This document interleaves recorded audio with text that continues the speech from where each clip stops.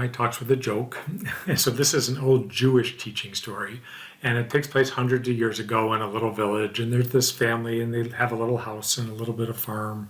And so they go to the rabbi one day and they say, "Rabbi, we can't take it anymore. Our house is so loud. The kids are always arguing. Everything is a mess. What do we do?" And the rabbi says, "Here's what I want you to do. I want you to go onto your farm, get one of your goats, bring it into the goat into the house, and come back and see me tomorrow, just for one night." They thought that was sort of strange, but he is the rabbi. So they bring the goat into the house. They go back the next day, and the rabbi said, "So how did it go with the goat?"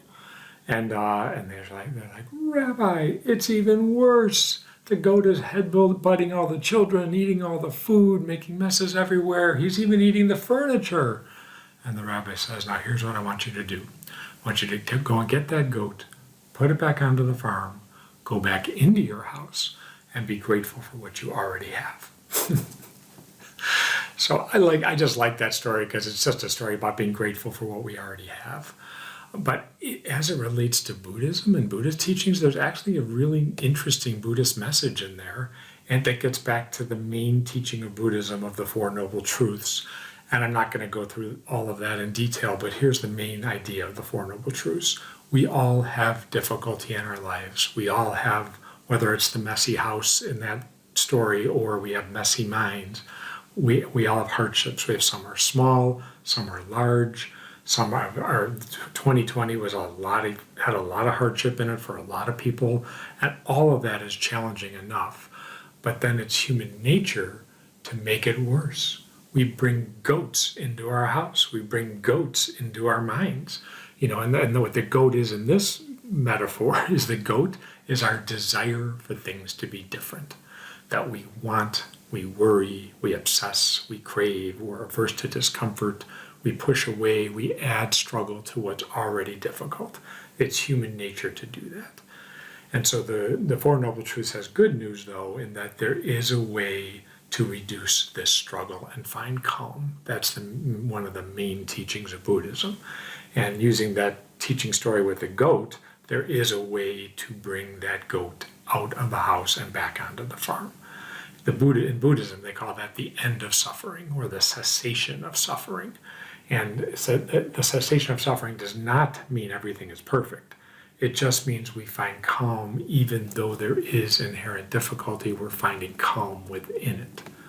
So there are many, many ways. So the question then is, how do we get this goat out of the house? How do we reduce our reactivity and the way we operate to make our minds more calm? And for those of us who come back here every week, to come to mindfulness, there's hundreds or thousands of talks and stories and articles of ways to help us reduce that discomfort and to reduce that added struggle. And for tonight, for New Year's Eve, the ones I decided to share were something known in Buddhism as the Brahma Viharas. That's from an ancient language called Pali. It's an ancient Indian language, Pali, and the words are Brahma Vihara. And what that stands for is something along the lines of the divine abodes or the heavenly abodes. In more modern language, we might think of it as our more sublime attitudes or our higher psychological states. It's just a more skillful way of bringing our heart to it. And so for me, I just like to think of it as these are our heart practices. This is using the wisdom of our hearts to change the way we think, to reduce our reactivity, to lead our lives with more kindness and compassion. So that's sort of what we're going to talk about tonight, is ways of making that happen. So the Chinese word for mind and the Chinese word for heart are the same word. And when it's translated back to English, actually, sometimes it comes out as heart-mind. It's just because that's sort of the same thing. And our culture, I think they're very different. I think if we were to ask the average person what it's like to bring your mind to something and what it's like to bring your heart to something, we'd get two very different definitions. And the suggestion of this whole evening, this whole talk tonight, is that we need both. That we bring our mind and we bring our heart. And the mind, and this is all part of the mindfulness practice. The mind part of the mindfulness practice is many of the things we learn when we first start, that we bring attention, that we breathe, that we create some focus, we have a mindful presence, we notice our reactions, we name our reactions, we accept impermanence, we let things float by. There are a lot of very, very calming mindfulness practices that are just using the mind part of mindfulness, and those are very helpful in and of themselves. For me, and I think for many people, I have found that for this to really stick and for this to really sustain through a day, I also need to add the heart practices. That the mind practices alone don't really sustain me enough. So in the mindfulness community, we sort of think of this as we're not only engaging a mindfulness practice, but we're also engaging a heartfulness practice. So it's both. And the Brahma Viharas are the heartfulness practices. And what's on the bookmark and what the 4 things we're about to talk about are loving kindness, compassion, appreciative joy or thankful joy, and equanimity. Kindness, compassion, joy, and equanimity. Each one of these things can be cultivated. Each one gets stronger with practice. These are all things we can continue to grow and evolve.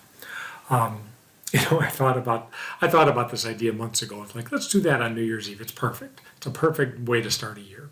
And then I got closer to thinking about what I was going to say, and it was, people do entire 7-day retreats just on loving kindness, or entire retreats just on compassion.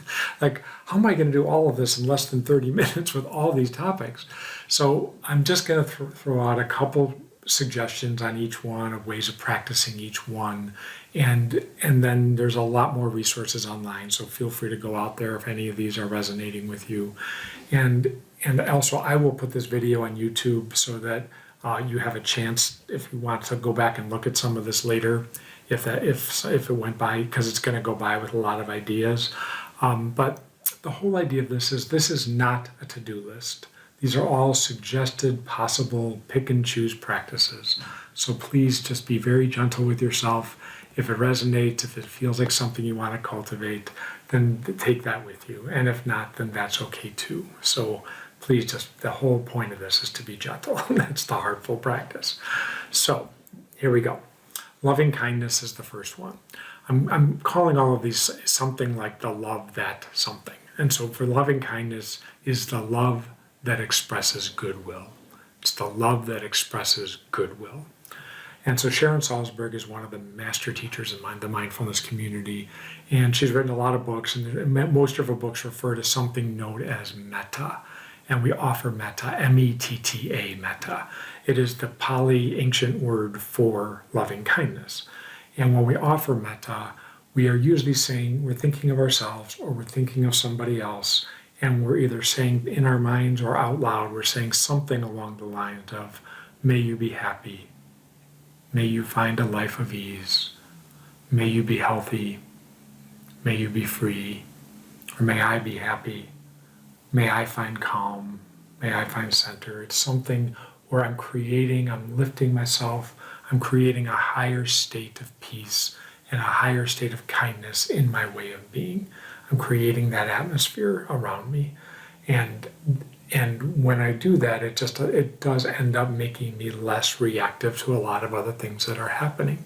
In fact, this might be counterintuitive, but a really important time to offer metta is when, if we can get there, is when we are a little bit irritated. If we find somebody a little bit irritating, or we find ourselves, even in ourselves, we find ourselves a little bit irritating, just put the words out there. May you find ease. May I find comfort. May I find joy. Whatever words might be helpful in any given moment, we're surrounding ourselves or the other person in this lovely, kind way of being. And we create this overall feeling of warmth and gentleness. And that allows us to be less reactive. It allows our minds to be more at ease. And so that's the metta practice, to offer metta. That's one loving kindness practice. I'm going to offer one more, and that is the loving kindness practice of cultivating the ability to see goodness, the ability to see goodness. And, Rumi said that our task is not to seek for love, but merely to find the barriers we've built against it and to lower our barriers to love and to create more kindness, there's something we can do called a goodness scan. It's a goodness scan where we look within ourselves or we look at someone else and we look at someone on the screen or someone in our lives and we see their goodness. Of course, every single person, including ourselves, have troubled spots, and every single one of us has goodness. We are kind, we are loving, we are caring, we have a lot of wonderful qualities. If we are focused more on the goodness, we are doing what Rumi says when he says to lower the barriers to love, because we're seeing the good in others or in ourselves. It changes the way we relate to ourselves. In fact, when we feel that, it changes the way if we are seeing goodness in someone, it's probably going to change the way they relate back to us. It just creates a completely different atmosphere. So if we can go all the way, by the way, with this seeing goodness thing, we can also offer the affirmation. Tell the person what you're seeing, tell them their good qualities, or tell yourself what you're seeing and your good qualities. That is if we get into that habit pattern, the affirmation, whether we're saying it out loud or just saying it in our minds, when we get into that habit pattern, it really reduces all that added thinking and all that added hardship that we might add because we're living in a different place in our minds. So for all of these practices, by the way, it's good to do them throughout the day, not just once in the morning. That just the more we can do these, the more they're likely to be part of how we're operating and change the way we actually are in the world. So we take the pause, that's the mindfulness part. We add the kindness, that's the heartfulness part.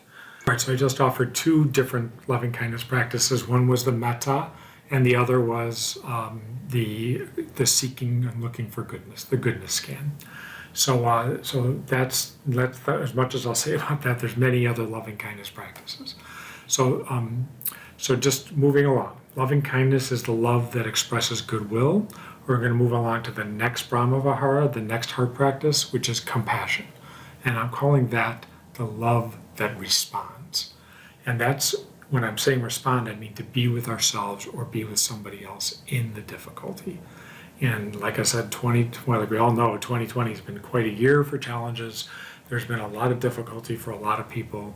And in Buddhism, the definition of compassion is the trembling or quivering of our heart in response to pain or suffering. And I'll say it again, the trembling or quivering of our heart in response to pain or suffering. And there are many, many practices, many ways we can show our heart in response. And sometimes it's just an act of simply listening or companioning. And I think for me, sometimes the best way to think about what compassion is to sort of come into it backwards, and that think of the people in your life that you think of as compassionate people. What are their qualities? And I'm not going to take the time to do that whole exercise right now, but if we did, that would be an exercise, and just to write down all the qualities. It's something to consider. And just know that that's what compassion looks like. That's what can be really helpful to a lot of people. My guess is it looks something along the lines of people who are expressing their the compassionate people are people who are expressing kind intention. They have something to do with it's something to do with their soft heart, their unconditional acceptance, their willingness to listen, their ability to be with us even in hardship, even in difficulty. In fact, something the Dalai Lama said is that compassionate people are the people who care about caring. And I think we all know, like when we feel cared for, we all know when someone is expressing care toward us. And when we know when people really want to be present with that. It's important to say, though, it's really lovely to open up compassion and to express that and to receive that. But there is a limit to that. We all have so much energy. We need to give ourselves grace and just do what we can, share compassion when we can. And when we can, though, as much as we can, it creates a beautiful two-way street. We live in this reciprocal thing where when we give, we also receive. So compassion is being with somebody in difficulty in whatever way that looks like. There's another whole aspect of compassion I want to make sure to talk about, though, And this is the one that's really hard and for many people, and it's the idea of self-compassion. And self-compassion, I think we're just, in our culture, we're just so hard on ourselves. And so I thought about this one a lot.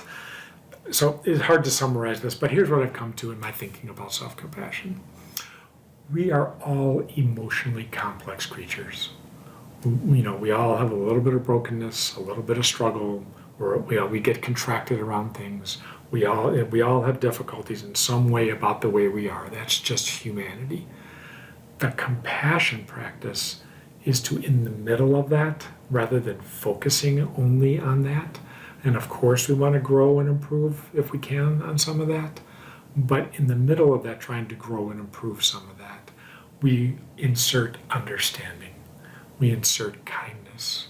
We insert forgiveness. Just for the inherent turmoil of being human, we forgive ourselves. We make room to be. We give ourselves permission to be all of who we are. That space, that spaciousness is the key to compassion.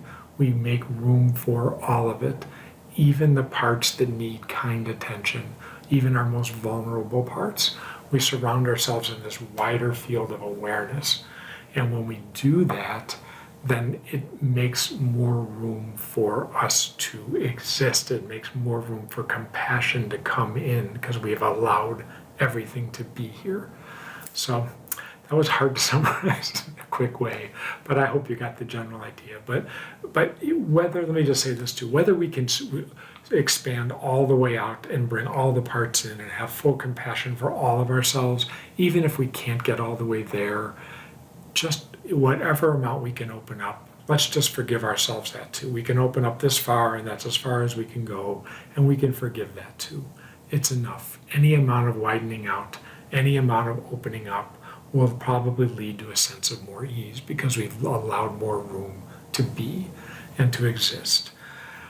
So whether it's compassion or self-compassion, it's important, and really all these things we're talking about today, it's important that we don't just let these be fleeting thoughts, that there's actually a lot of neuroscience around this, that if we want these things to stick, if we want them to install and be part of our way of being, we need to hold on to it for 30 seconds. Not 30 minutes, just 30 seconds to sustain that thought and to sustain that feeling of ease and to that feeling of forgiveness or that feeling of listening with kind attention. Whatever it is, we install it, and that literally changes our brains. It changes the way we operate. We turn it from a state of compassion to a trait of compassion. So that's what they say in neuroscience. So just to summarize, compassion, the compassion for others is being with people in times of difficulty and responding, and compassion for ourselves is creating a beautiful field of forgiveness and allowing. So we're going to move on to the next one. So if loving kindness is the love that expresses goodwill, compassion is the love that responds, and I sort of put in parentheses here, self-compassion is the love that forgives.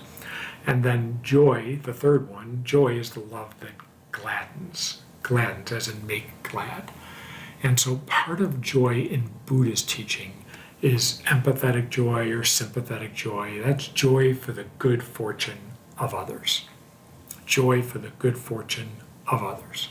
And we all know that feeling. If someone has a milestone or a graduation or a good moment with a job or an accomplishment or whatever it is, we know the feeling of having just so much joy that they reached that or that happened for them. And we all know that good feeling. I think there's a hard part of this empathetic joy for many people, and I'll self-disclose that this has been a hard one for me.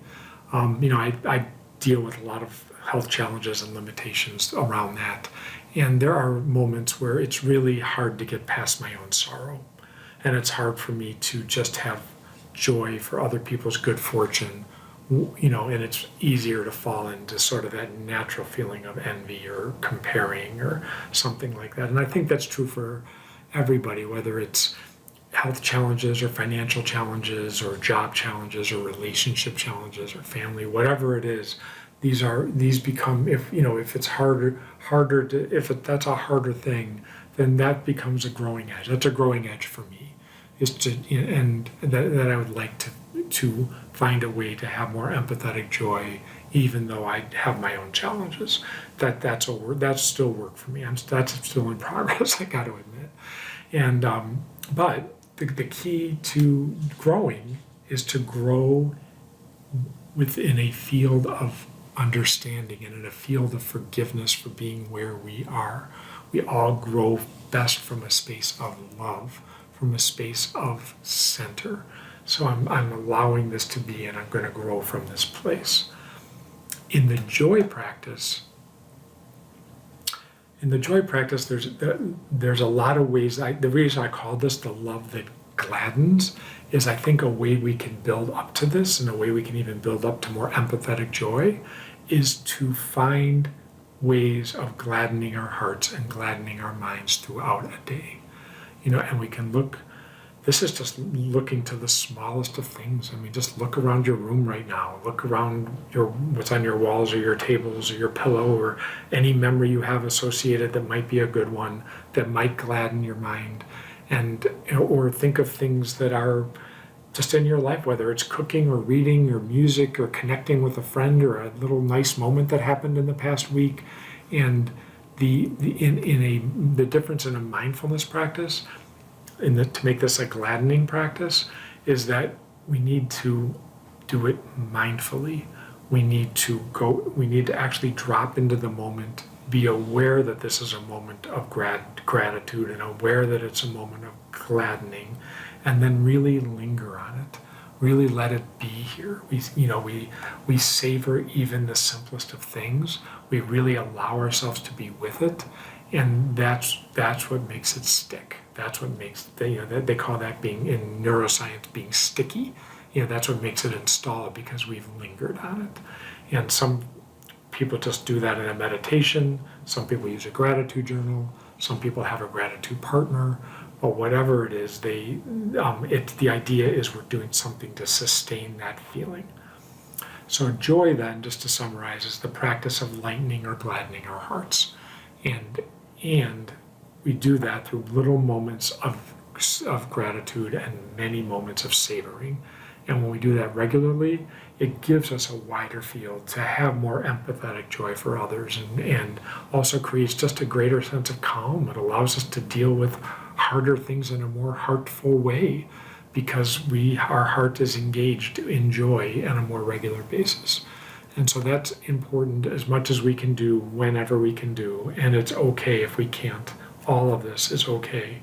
All of this is in a field of allowing. So just then, as a reminder, just to move forward to the last one. Loving kindness is the love that expresses goodwill. Compassion is the love that responds. And with parentheses, self-compassion is the love that forgives. Joy is the love that gladdens. And then the very last one is equanimity. That's the fourth Brahma Vihara. Equanimity is the love that balances. And I chose that word really carefully, balance, because it's really important to make this point. The equanimity practice, all of these practices, are not a bypass.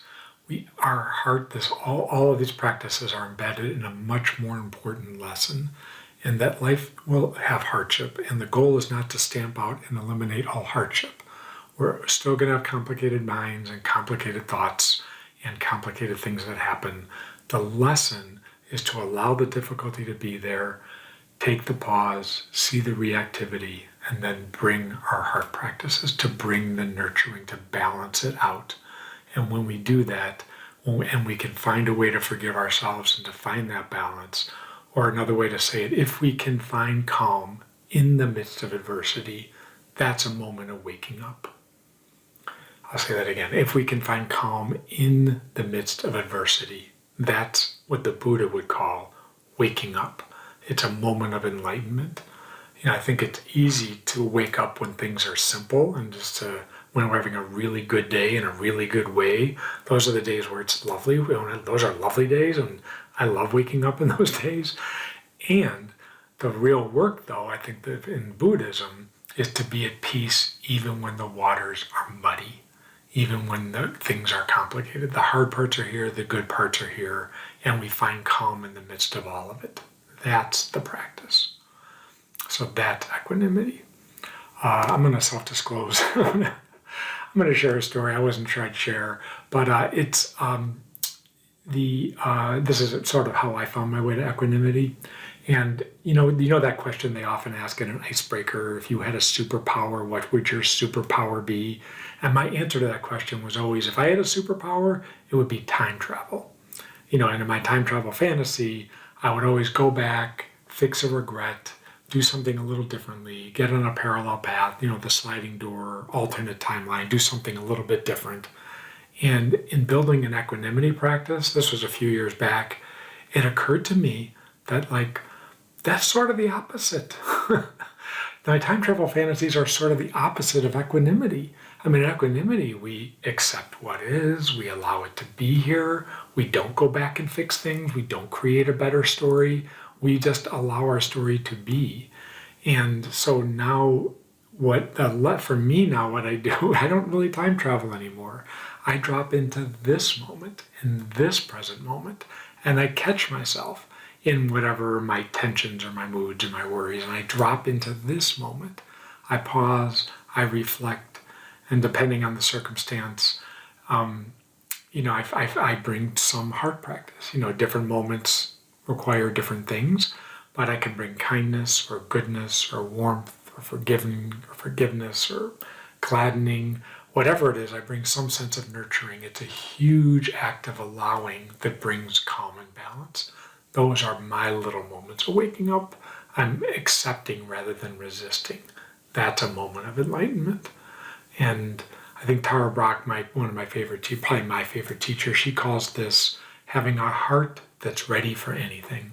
A heart that's ready for anything. I love that idea.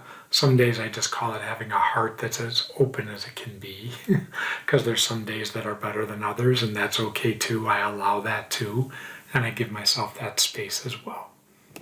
So, my real hope for all of us is, actually, let me just kind of refresh what the four things were again. The four Brahma Viharas were loving kindness, which is the love that expresses goodwill; compassion, which is the love that responds; and self-compassion is the love that forgives; joy is the love that gladdens; and equanimity is the love that balances. So in closing, if we cultivate these heart practices, it's much more likely we'll get through our days with more ease. My wish for the new year for everybody is, of course, I wish the externals of our life get better. But regardless of the externals or the circumstances, it's my deepest wish that each of us can find more peace and balance in the way we're relating to it. I hope these bookmarks are a reminder to use these heart practices when we can, and may we each cultivate more mindfulness and heartfulness in 2021. Namaste.